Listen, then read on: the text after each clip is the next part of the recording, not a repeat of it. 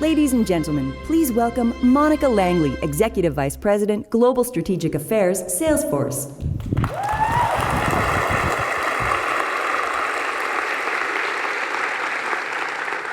Welcome to a very fun session today. I'm pleased to introduce you guys to two women who are going to really impress you. They are now best-selling authors, not just best-selling authors, #1 best-selling authors. And we have with us today Jenna Hager and Barbara Pierce Bush. Please come out, ladies.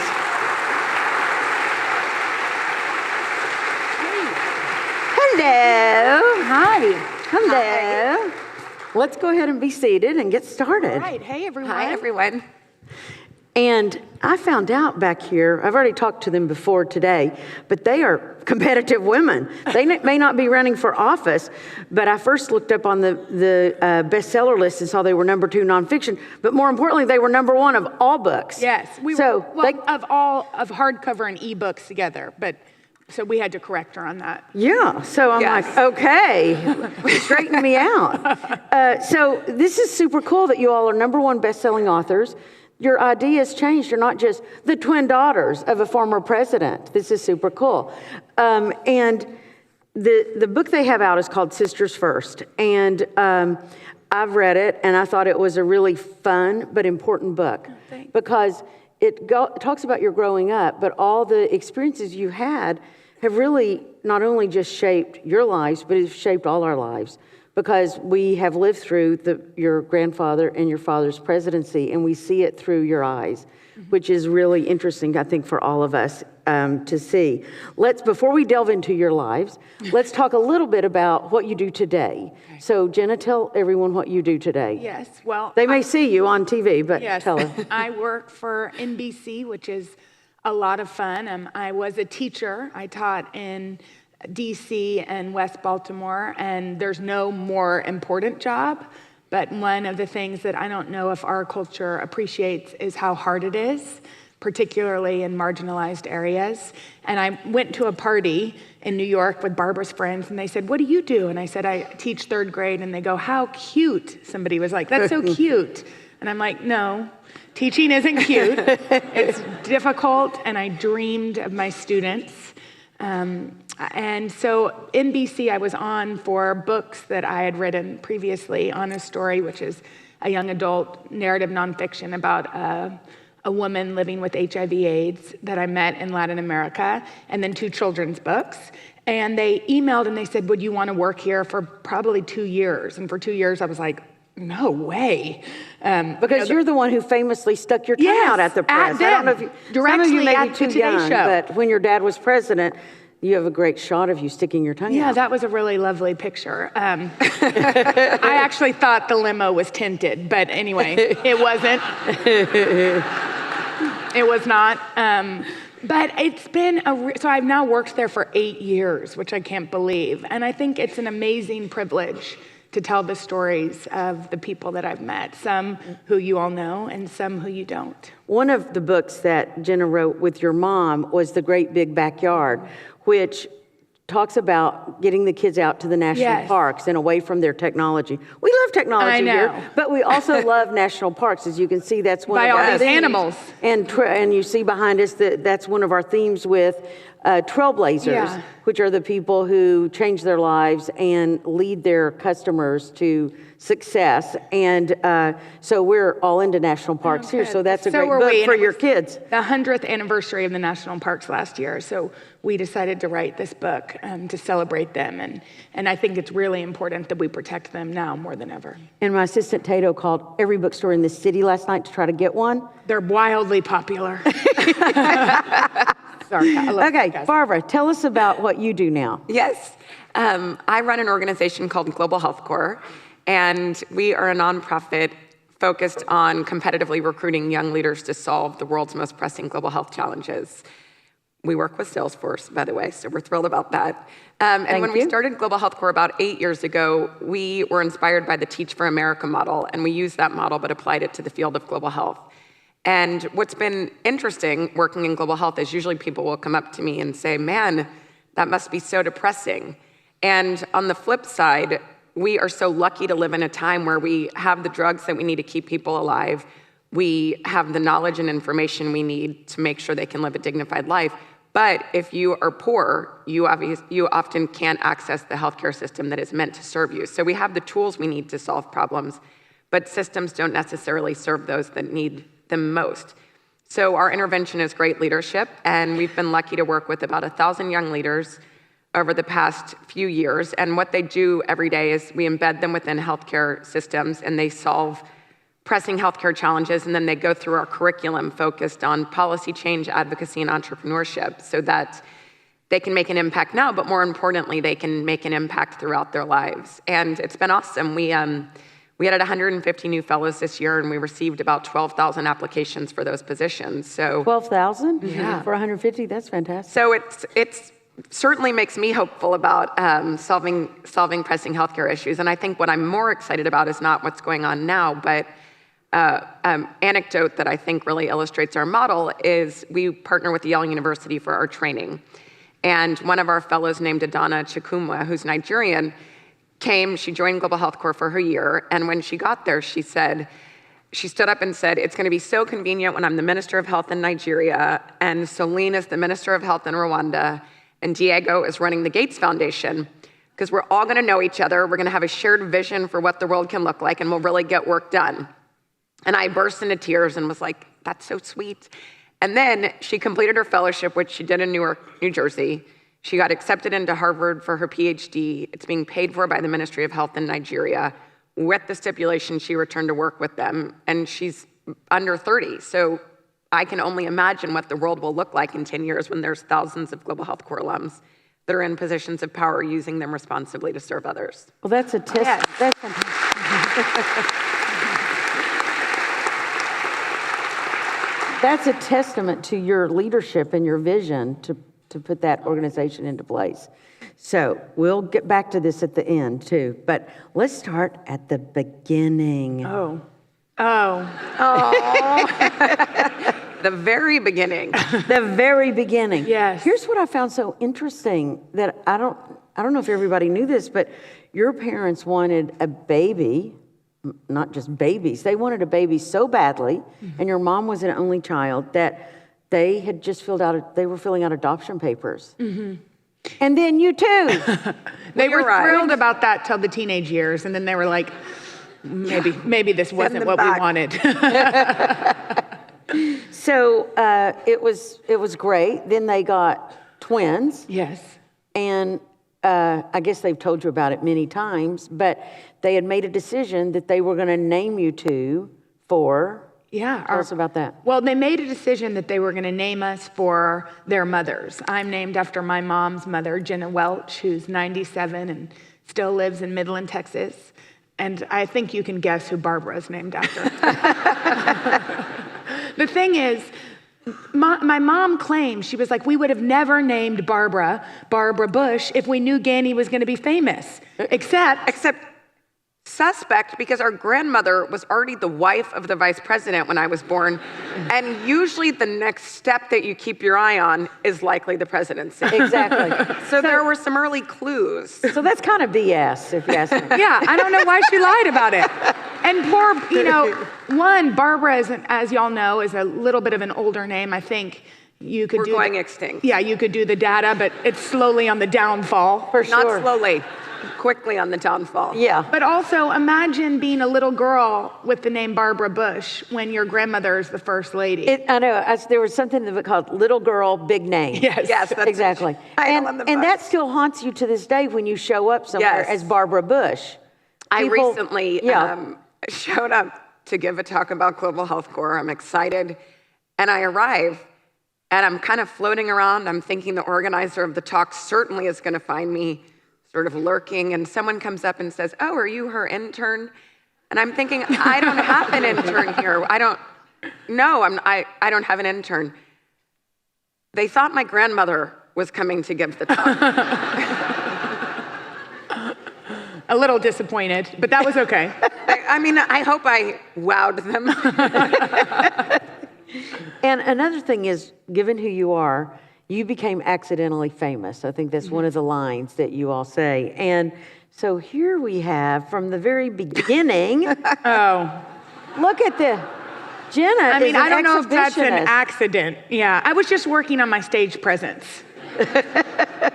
So Jenna, it's often said that you are the outgoing one and Barbara is the more reserved one. Is that actually true? Well, in that picture, the answer is yes.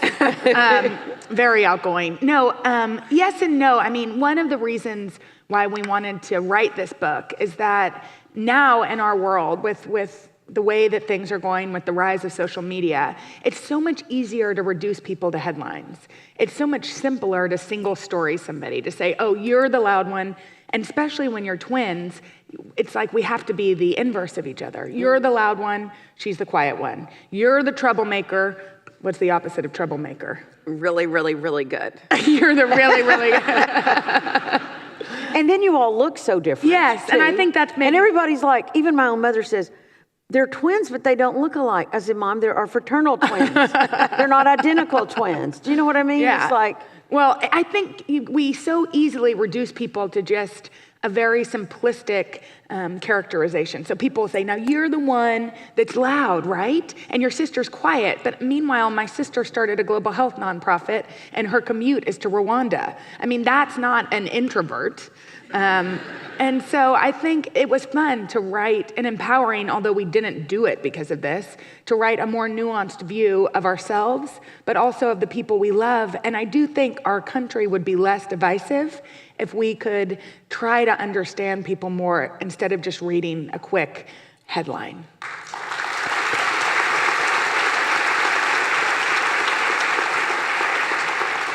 Now, in 1988, Barbara Bush did become the first lady. Yes. Not you. The other one. And by the way, this shows my age, but that was my first presidential campaign I covered for the Wall Street Journal. I'm very old for You that are company. not. And then we have, here is Barbara. This was important to Barbara. It was your first blowout. I believe I had a blowout. I mean, if you look closely at my hair, I think I had a blowout. So you're like really stepping it up there. Although, by the way, Mom could have been the one that did the blowout. I mean, yeah, Oh, okay. So, but still, it was a blowout. doesn't matter who did it. All right. So this now puts you all firmly into the public eye, really. I mean, you kind of were as grandkids of a vice president. But what was it like now suddenly seeing your grandfather, whom you loved, who you would go spend time with at Kennebunkport, now being the president and taking some heat occasionally? Mm-hmm. So what was that like? Well, we were 7 when our grandfather became president, and our life was a huge juxtaposition. We had an extremely ordinary life. We grew up in Texas. Our grandmother, Jenna, who Jenna mentioned earlier, and our grandfather, Harold, they were who we saw all the time because we lived in Midland, Texas, near them. And then on the flip side, our grandfather was vice president and president, which is hugely magnificent. And being in the White House was really so different than anything that we were used to, but our day-to-day was so ordinary. So that was interesting growing up and kind of trying to figure out that juxtaposition. I, at the beginning, didn't totally get it. I thought that everybody's grandfather was president. I thought that was what you became when you were a grandfather, that we just love grandfathers so much in the United States that they're all president. And I found my journal from first grade. We went to our grandfather's inauguration in DC, and it's so much fun. When you're 7, there's parades and there's balloons and confetti and glitter. And I loved it. And then I was journaling about how excited I was because I was going to get to go to all these other inaugurations. And I went to school and I asked my best friend, Catherine Oliver, when her grandfather's inauguration was. That is when I realized that I would not be going to any other inauguration. Well, that's not true. Well, except. That is not a true statement. At the time, we thought that. Yeah. And then you went to the White House and you get to go to the bowling alley. Yes. And you picked up the phone, it's like, we want a... Yes. Well, we went to the bowling alley. Our friends told us about it. We picked up the phone. There was a phone in the bowling alley, so you're going to pick it up. Yeah, and plus we were 7, so that was when prank calling was really popular. So we picked up and we were like, hello, we're Jenna and Barbara down here. We'd love a peanut butter and jelly sandwich. We thought we could do that. It was the White House after all. We were bowling, although we didn't know how to bowl, so we just were throwing the ball. And all of a sudden we hear the door open, really anxious for what a peanut butter and jelly would taste like, a presidential PBJ would taste like. Exactly. And in walks our grandmother, who is called the enforcer in our family for multiple reasons. And she was like, we heard you ordered a sandwich. Absolutely not. This is not a hotel. This is a temporary home, and you will only eat when it's time to eat. And then slam the door. And we never ate that sandwich. We never got it. But I'm sure it was delicious. I bet it was incredible. Now, also, you all saw a cover of Your Grandfather Called a Wimp. Mm-hmm. How did that affect you? Well, I was in the 1st grade, and I knew the word wimp. I mean, think back. That's what kids called kids on the playground. It was very sort of toddler talk, and I could read that word. And I was in the grocery store with my mom. I'll never forget it. And I saw this magazine cover, I think it was a Newsweek, with a picture of my grandfather's face that said the wimp factor. I just read the word wimp and saw it with my grandfather, and I asked my mom, what? I don't understand. I mean, we still didn't even know that he was the president. So there was this, we were naive. We were little. Which is a good way to see the lens of Washington, D.C. politics until it's not. And it broke my heart, and I felt ashamed for some reason. I felt ashamed that I looked at it. I wanted to cover them all up. I didn't understand because the grandfather that I knew, this was before, even though I know we're talking about technology in so many ways, this was before technology. So our grandfather wasn't looking at his phone, tweeting. He was so present when he was with us. So he was a lovely grandfather. And the man that I knew was anything but a wimp.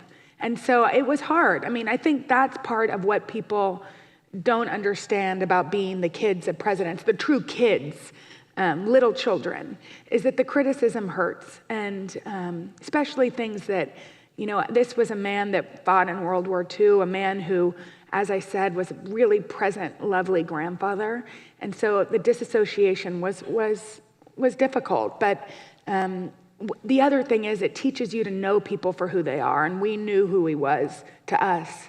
And that was what really mattered. Then you tried to prove that you yourself weren't a wimp, right? On the playground.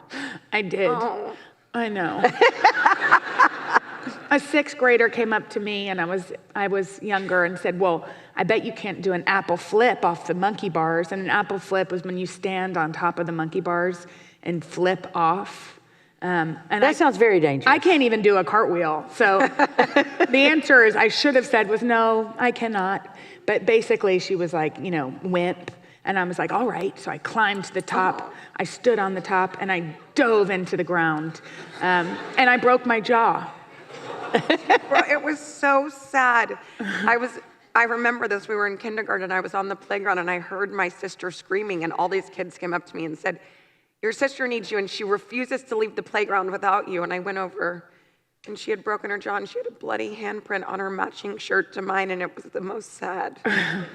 Anyway, don't try that at home. Do not do an apple flip. And then, Barbara, you had your own injury from a Pearl Jam concert when you... and guess what? Eddie Netter, was it? Eddie Vedder. Whatever. Eddie Vedder. Okay, he was here with I love you so much. You know I'm such a... I'm so out of it. Don't y'all love her? If I don't look at my card, I won't get it right. Eddie Vedder was here with Mark Benioff. Cool. He was here 2 days ago touring this. He's friends with Mark, our CEO. Oh, how cool is that? So he was here. I should have told him that you hurt yourself at, what did you do at a Pearl Jam concert? Well, this has haunted me my entire life. I'm 35, and it's never going to go away.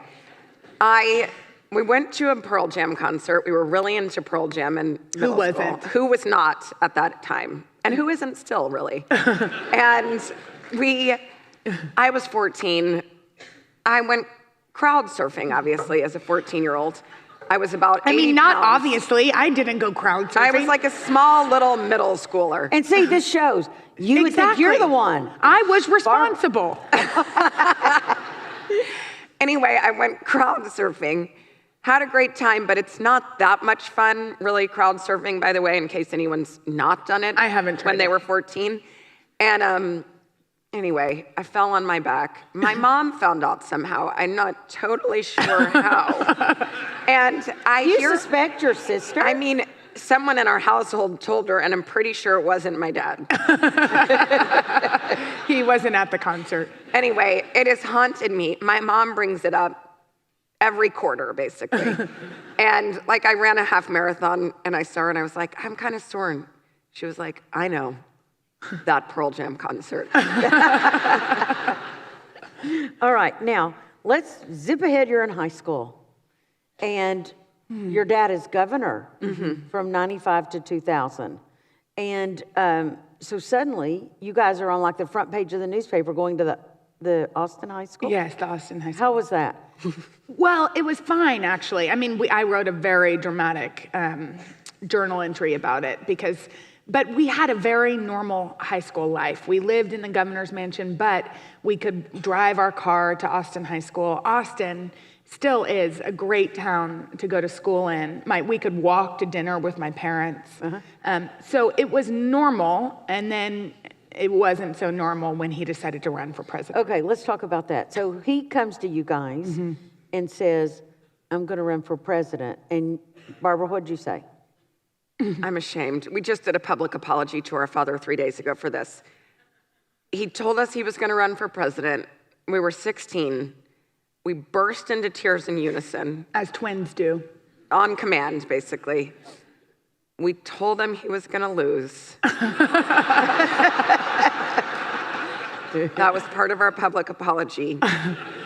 And we also told him that he was going to ruin our lives. And we're ashamed. Because of course he didn't ruin our lives, but And he didn't lose. No.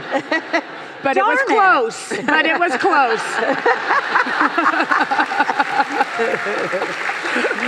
I mean, It was, we can't so- even name like a dog Chad, you know? Exactly. The famous hanging Chad. We can't name anything after. None of these animals are named Chad, are they? And we don't know if that's an animal or a human over there. Yeah, that's a strange, but he's cute. Oh, my goodness. Okay, so yes, the 2000 election, you didn't know when you all went to bed that night if you had won or lost. No. First score conceded, then he took it back. Yes. I mean, I was covering this campaign, and you Oh my all then gosh, had to how go. wild. You all had to go back to. You were just started your university. You were at Yale. You were at University of Texas. You all went back to your lives. Now, Texas probably was a supporter of your father's, but I know Yale wasn't a supporter of your father. Not really. I think I might, I don't know for sure, but there's a chance I was the only person on the college campus of Yale that voted for my dad. I think there's a very good chance of that. Yeah. And by the way, like she a few said that young Republicans. She said that the other day with friends of hers, her roommates in the audience. I'm like, I'm sure your roommates voted for him, and they were like,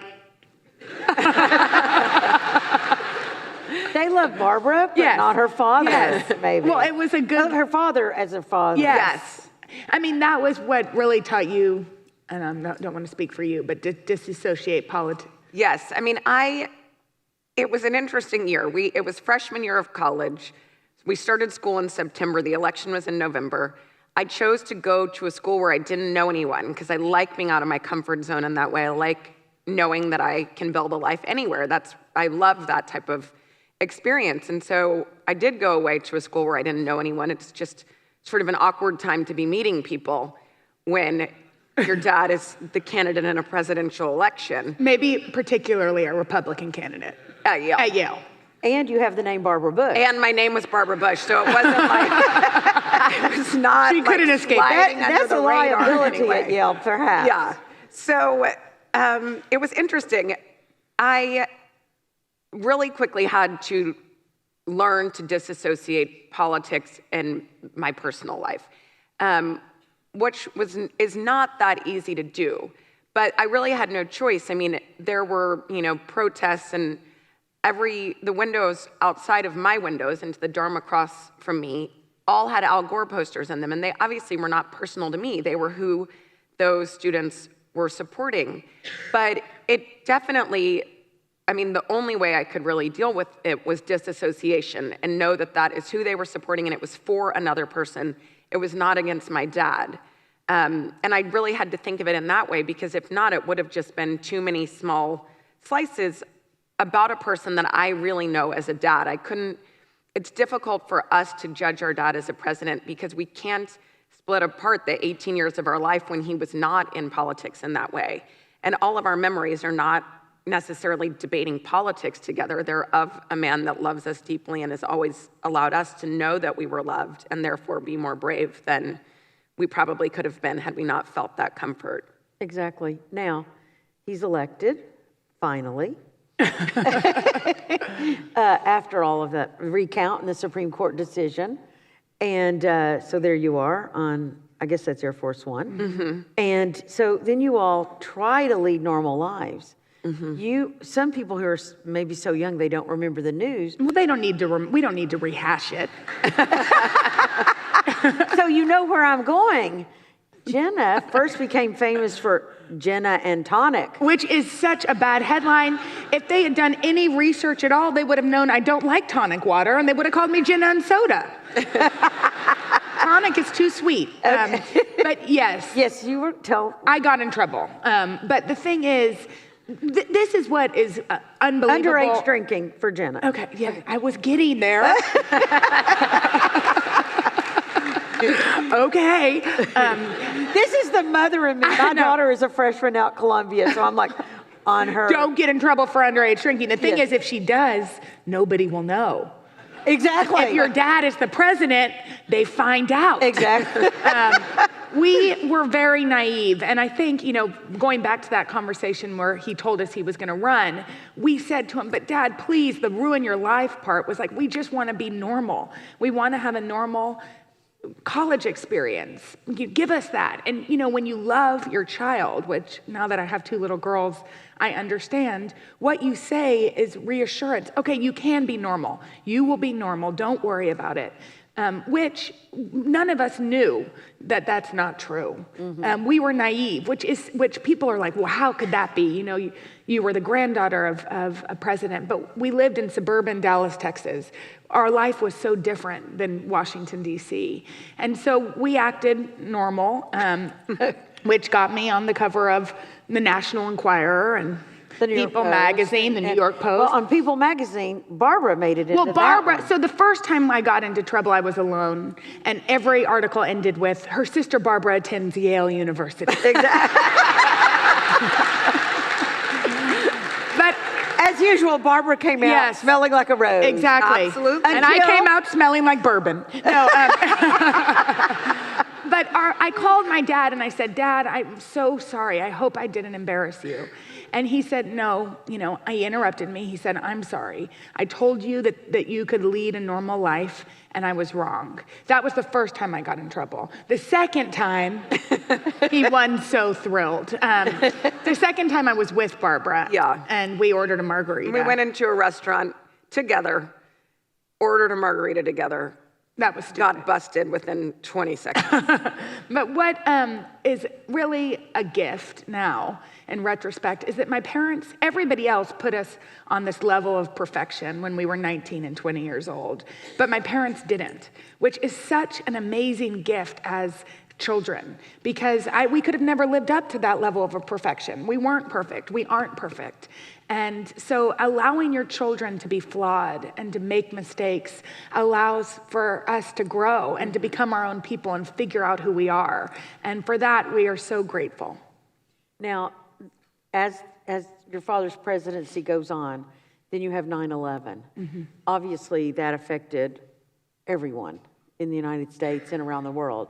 I was living in New York at the time, and my daughter was 3. That was a really big moment for especially those of us in New York. Mm-hmm. And I remember your father coming in and standing at the World Trade Center, my office at the Wall Street Journal. The windows were blown out because we were at the World Financial Center, and it meant a lot to have him down there.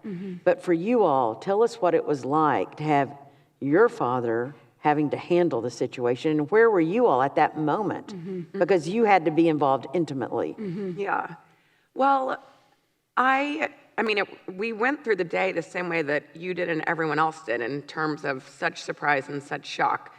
And people often ask me or say things to us like, man, it must have been so annoying having Secret Service.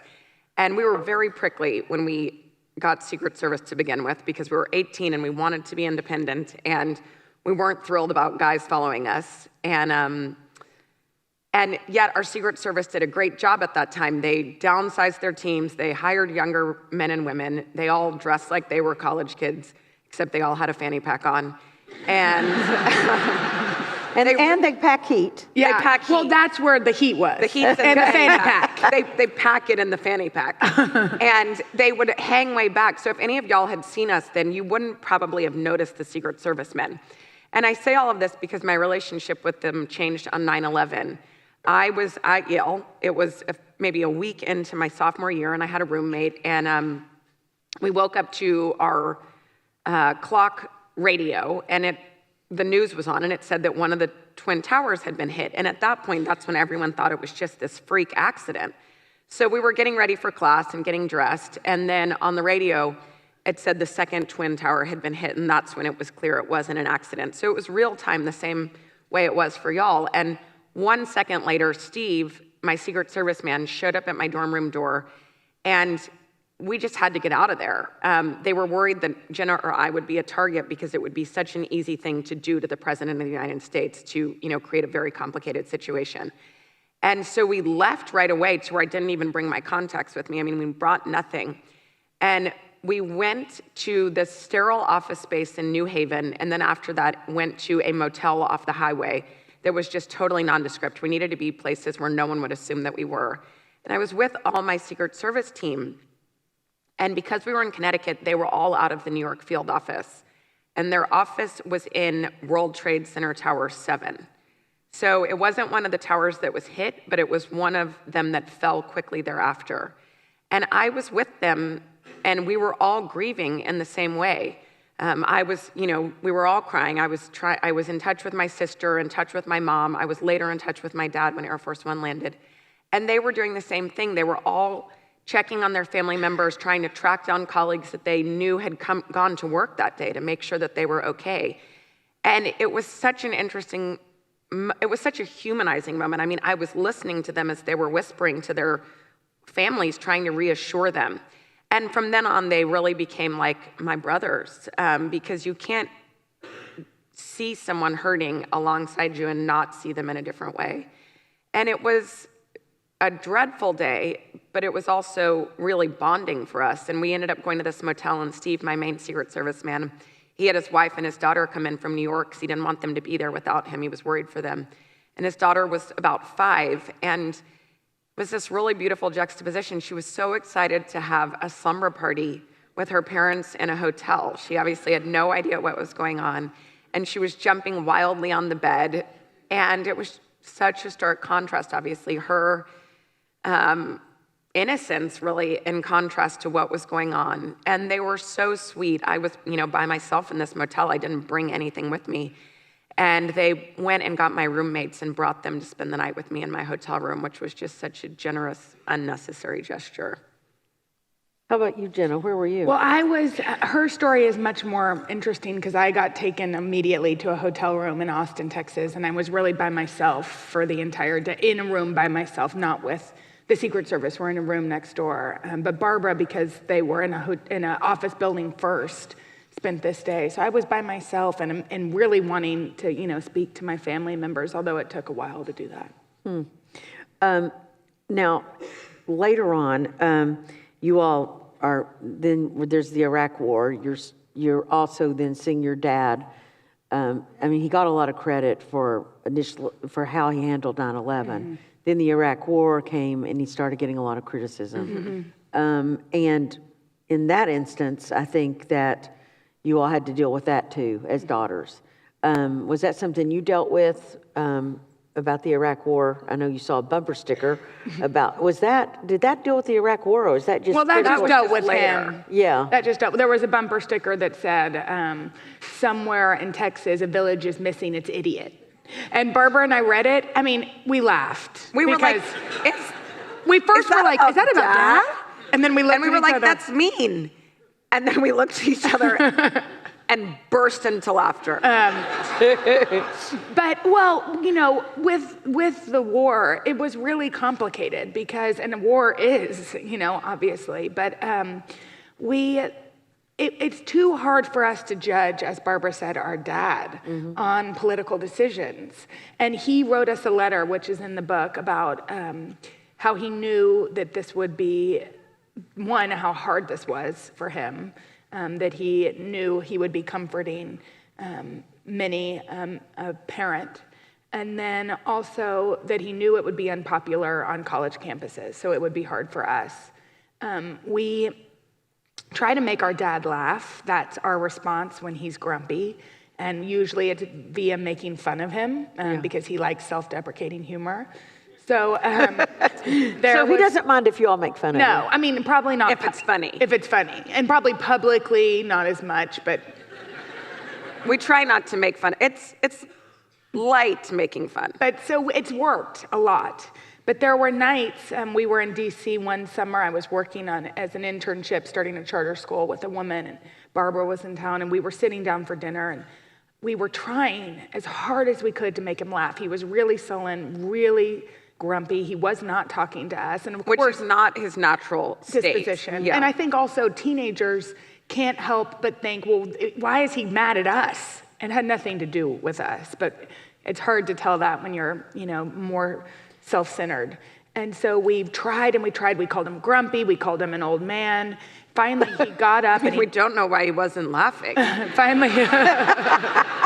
But usually it would work. Finally, he got up. He threw his chair in and he left. And we looked at our mom and I had tears in my eyes. I remember feeling angry that I couldn't, at myself for not being able to break through, at him for getting up and leaving like that.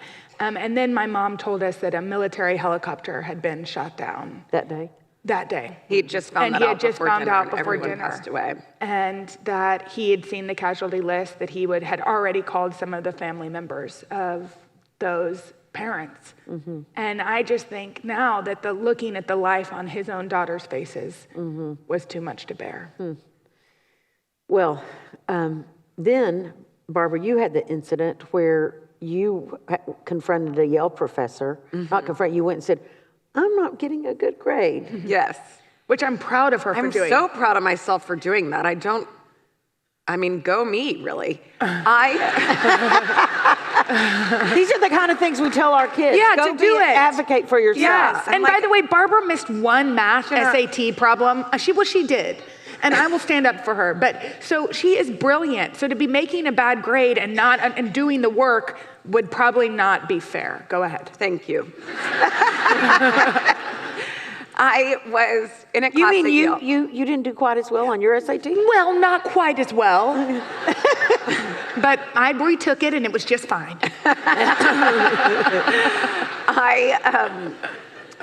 Jenna's promised that she's going to stop bringing up my SATs. Listen, if I missed one math problem, I'd have a little pin that was like, I missed one problem 18 years ago.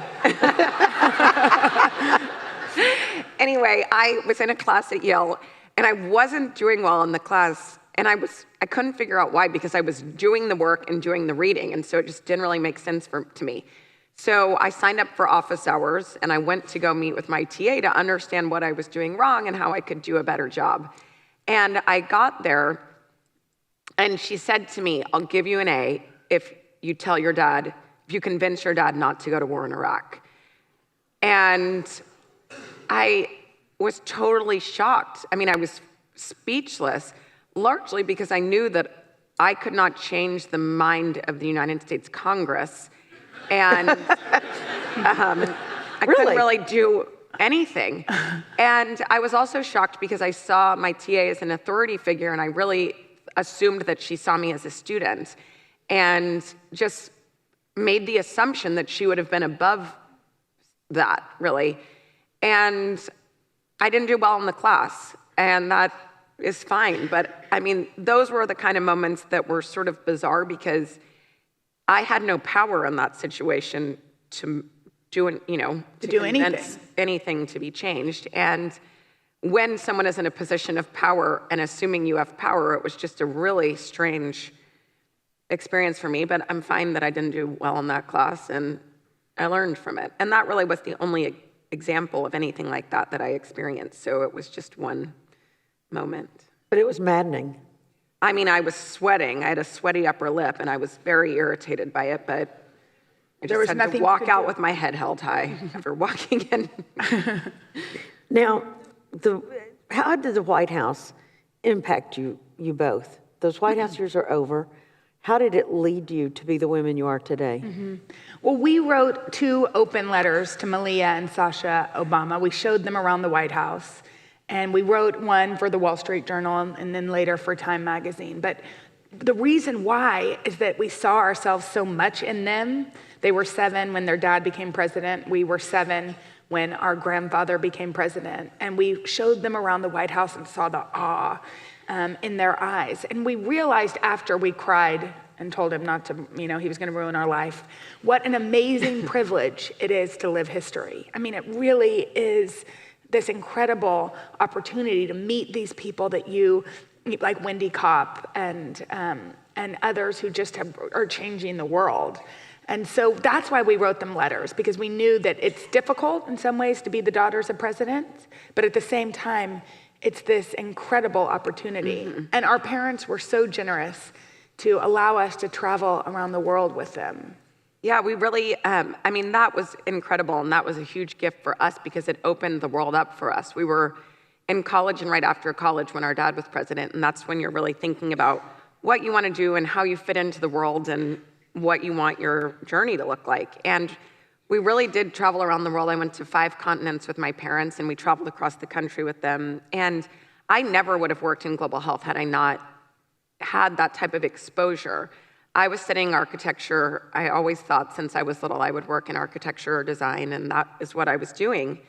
And for 2 weeks of my junior year summer, I had a summer internship, and I took 2 weeks off to travel with my parents.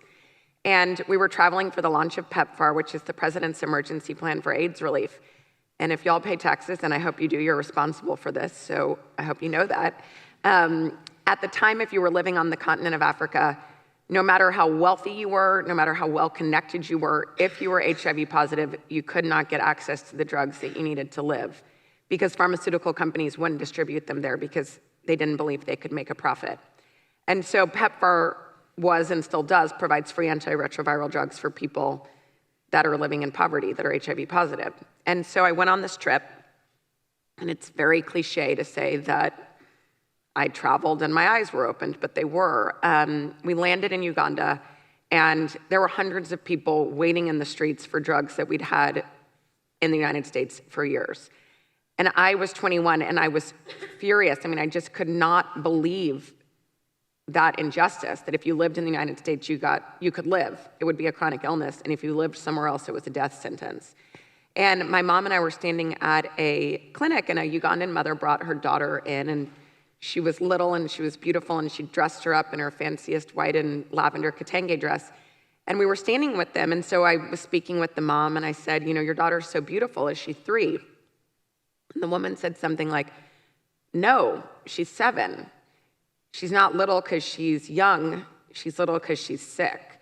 And it was just such a stark contrast. I mean, I'm standing with my mom. This little girl is with her mother. She's there to get drugs for the first time. And by no fault of her own, she simply was born in the wrong place at the wrong time. And I was born at the right place at the right time. I was born in the United States. If I was sick, I could have access to what I needed. And I was so angered by that I quit what I was doing in architecture and pursued global health.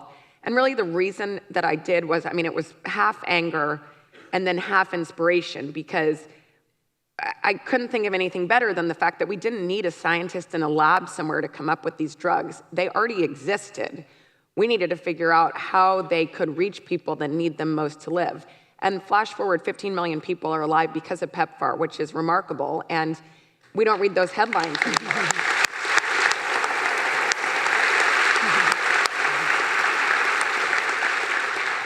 Well, that is a great tribute to you and also your father, who did more in Africa than probably all the presidents combined. Is that right? That is right, and I hope that continues to be the trend.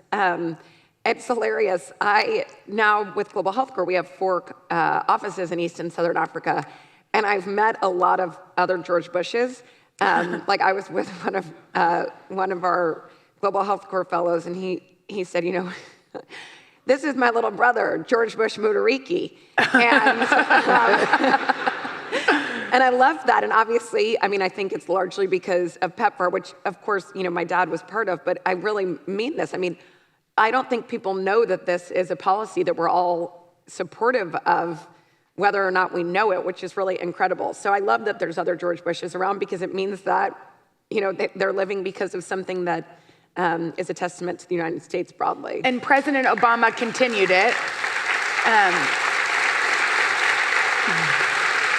President Obama continued it, and so far the current administration has too. But that is what's, we need to make sure happens, that we don't become such isolationists that people around the world are dying, and we have the power to do something about it.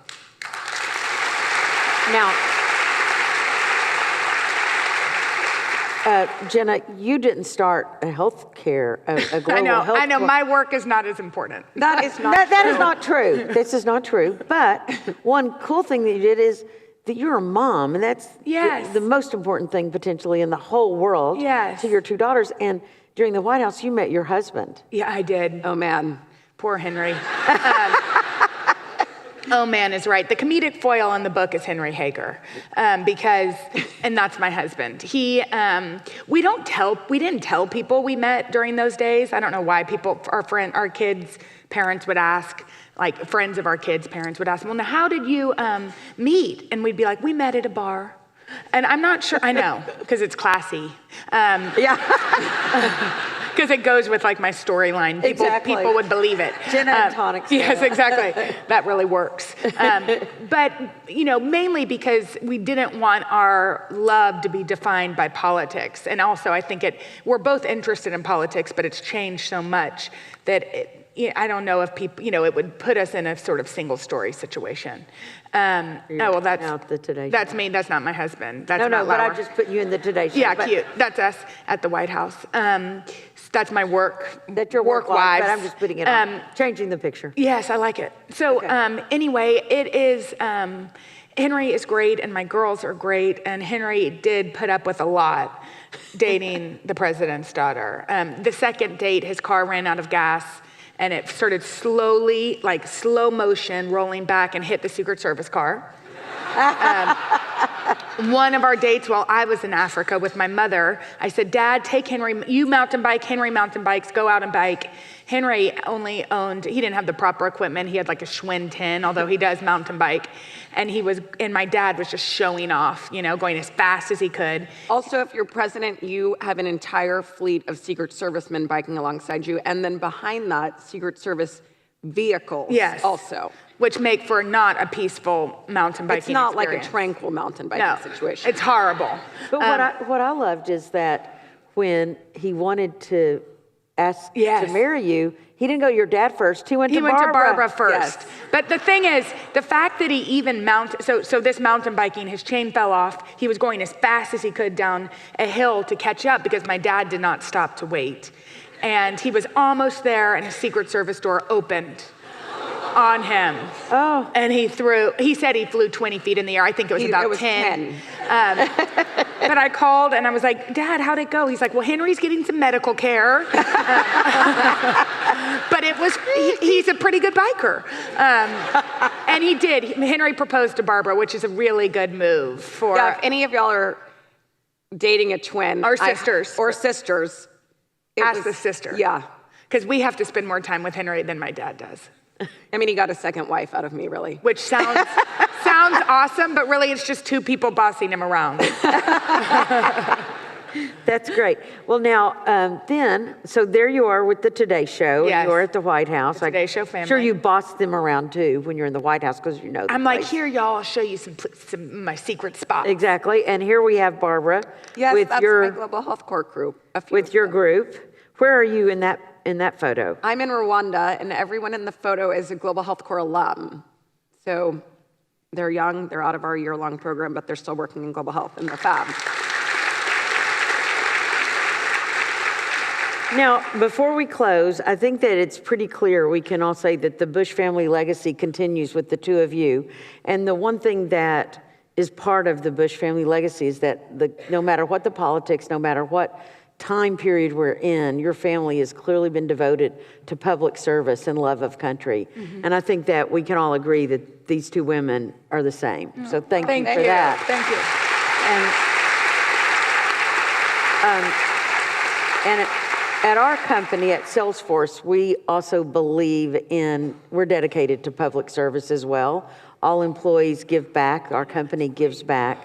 And so I think that we adopt schools here, and so you were a teacher and Yes. we're very big into public education and also into health. Mm-hmm. And so now you know a great organization is the Global Health Corps, Yes. and we adopt our schools in our local communities. That's so great. So we are so gung-ho on your causes. And before you go, is there any words of wisdom you should pass on to our Salesforce people and other friends who are at Dreamforce? Well, I mean, I'm like, what words of wisdom can I find? I think one of the things that's been this gift about this book, and I've sort of already said this, is that we so easily single story people, which is not our line, but Chimamanda Adichie's line. And it's something that's important to us because now more than ever, listening is really, really important. And people are somehow shocked when we tell them that our parents raised us to have our own opinions. And I think Barbara's... Yeah, that has been really surprising to people for some reason. And an example of that is I filmed a video for marriage equality in 2011 in New York. And I didn't think anyone was going to see it. That was naive. Again, there's this sort of a naive thread sometimes. I had seen that Whoopi Goldberg had filmed a video for it as well, and it had about 70 views on YouTube. So I was like, okay, I can film this and no one's going to see it. I don't know why. It just made me more comfortable thinking that. And then flash forward, it was on the front page of the New York Times the next day, and it was in the back of every single taxi cab in New York City on Taxi TV. So a lot of people saw it. And people would come up to me after that and say, you know, thanks for filming that video. That was so brave of you to betray your family like that. And I was so shocked. I mean, that made my hair stand up when people would say that, because in no way was it a betrayal to my family. I'd talked to my dad a number of times before doing it about if I should do it, was it the right way to use my voice? And also, this might sound ironic since we just wrote a book of short stories about our life, but I'm a very private person. And Not anymore. Not anymore. So I was, figuring out what I was comfortable with and what would be the right way to affect change. And my dad had coached me through all of that. And so it was not a betrayal to him. If anything, my parents wanted to raise curious girls that knew it was our responsibility, that if we can make an impact and if we can use our voice on something we care about, then you can't just talk about it, you need to do something. And so if anything, it was actually sort of living out how my parents had raised us. But the perception was that if you have a differing opinion with your parents, and everyone here has parents, and I will make an assumption that you probably have differed an opinion on something with your parents, that in any way that's a betrayal, and it's not. It's, being your own person, and hopefully you can have a dialogue and listen, and therefore both understand each other and why you believe what you do. And I think dialogue, and then I also think empowering women is more important now than ever, and we see that happening. And I think that's because I am the mother of two little hilarious girls. And the other day, Mila, my oldest, said, "Mommy, Poppy's gonna rule the world." Which made me want to tear up, because I'm like, the older sister should make the younger sister feel that way. Very sisters first. Yeah, that's why we wrote the book. We've had each other to empower each other throughout our whole life. And I thought for a second, and I said, now, you know what, Mila? Poppy could maybe Poppy could. She could maybe be president. And Mila goes, but Mommy, presidents are all men. And I took like a deep breath, and then I was like, Henry, let's get her enrolled in gifted and talented. She is 4, and she knows that presidents have been all men. And Henry was like, Jenna, she knows 2 presidents. She also has a current fascination with the current president. I'm not, I don't know why, but she is. She's like, Donald Trump, Mommy. Poor Jeb. Anyway. I don't know why. One of the fun, you recently even called yourself low energy Jenna. I was like, oh my God, having covered Donald Trump and how much he said low energy Jeb. I know. I'm like, Sometimes I am low energy Jenna. I know. I don't know why that was the first thing I said. I know. But listen, we're so appreciative of you two coming to Dreamforce with us. You share a great bond as twins, but also it's wonderful to hear from the only 2 people in the whole world who are daughters and granddaughters of presidents, and it's a unique slice of history, and we're really grateful to hear it. Well, thank you all. Thank you all. Very, very much. Thank you. Thank you.